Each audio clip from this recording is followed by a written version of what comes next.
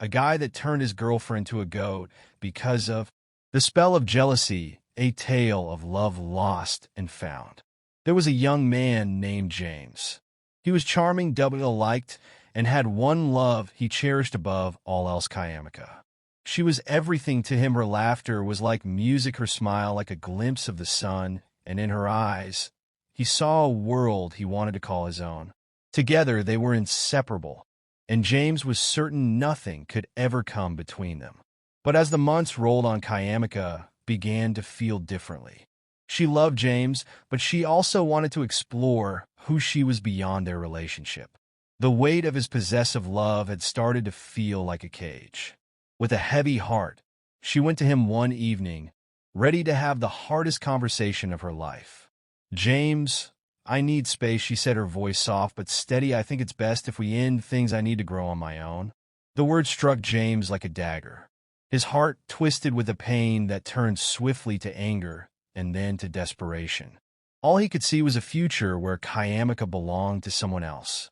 The very thought turned his love into something dark, something fierce and ugly.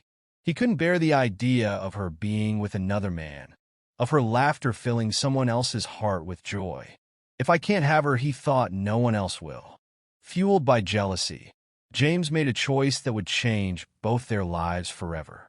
He went to see a healer, a man known for his mysterious powers. James pleaded with him to help, to give him something that would ensure Kayamika could never leave his side.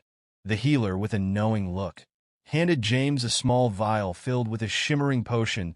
"This will bind her to you in a way no other man can touch," he warned, but James, blinded by his own possessiveness, ignored the warning. The next day, James invited Kayamika for one final conversation, a goodbye meal. When she arrived, she saw James looking at her with an intense, almost wild look in his eyes. She felt uneasy but tried to ignore it, hoping that they could part peacefully. "Please, just drink with me one last time," he said, his voice smooth but his hands shaking as he poured the drink. Unaware of his plans, she took a sip. The moment the potion touched her lips, Kayamika felt her heart race, her vision blurred, and her limbs began to stiffen. She looked at James, fear filling her eyes as she felt herself shrinking, her human form fading. In a horrifying instant, she was no longer herself. She looked down and saw small, hoofed feet where her hands had been. She tried to cry out, but all that escaped was the bleat of a goat. James watched as his Kayamika, stood before him transformed. He felt a twisted sense of satisfaction, a sick pride that no other man could ever look at her, talk to her, or love her as he had. She was his and only his. But as the days turned into weeks, a terrible reality began to sink in. Gone were her laughter and her words. Every day, he saw the sadness in the goat's eyes, and it was a mirror to the darkness within his own heart. His jealousy had taken something beautiful and turned it into something hollow and lifeless. He had her all to himself, but he felt more alone than ever. Meanwhile, Kayamika's parents were devastated by her sudden disappearance. Her mother, sleepless and grief-stricken, would sit by the window every night whispering prayers into the darkness, hoping for a miracle. Her father tried to be strong, but even he would crumble in quiet moments, aching for the daughter he had lost. Her mother prayed each night, pleading, "God, bring my daughter back to me." Her faith was all she had left, and she held onto it like a lifeline. Then, one night, a man of God in a distant village had a vivid, haunting dream. In his vision, he saw a young woman, her face full of despair, crying out for help. Moved by the intensity of the dream, the man of God awoke, feeling a powerful call from the Holy Spirit guiding him to a place he had never seen before, James's house. The next morning, he set out, following the vision with unwavering faith. Upon arriving at James's doorstep, he sensed a dark presence.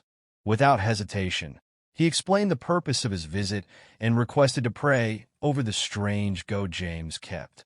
The sight of the goat stirred something deep within him, a feeling that this was more than it seemed.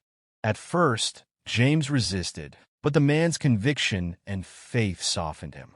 With a heavy heart, James stepped aside, allowing the man of God to begin his prayers.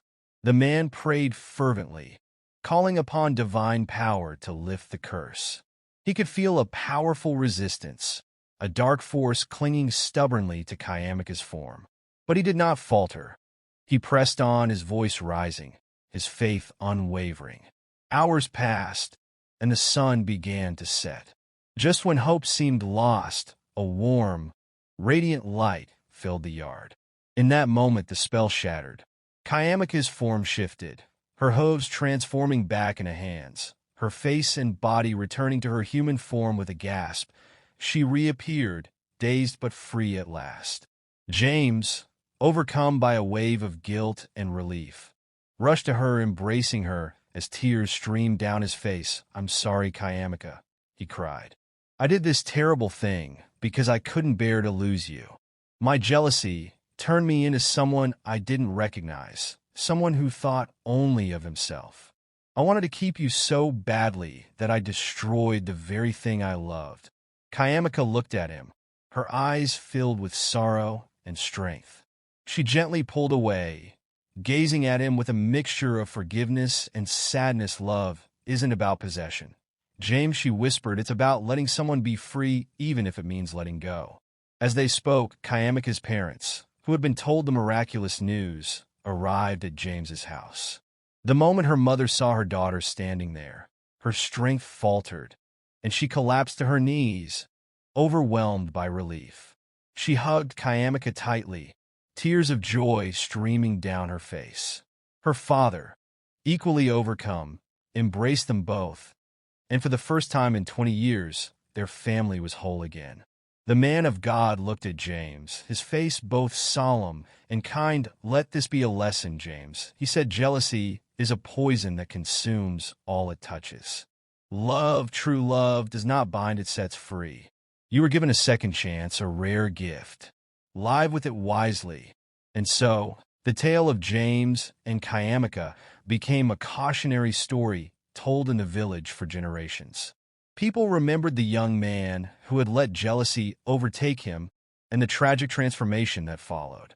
They learned that love could not be forced or possessed, and that to truly love someone was to allow them the freedom to be themselves. James spent the rest of his days in humble solitude, living with the scars of his actions. He had been granted forgiveness, but he knew he would carry the weight of his mistake forever. And each time he passed by Kayamika's home, now filled with the laughter and joy he once knew, he was reminded of the lesson that jealousy, left unchecked, could turn even the purest love into something dark and twisted. Please help me by subscribing to my YouTube channel and press the notification button for more wonderful stories.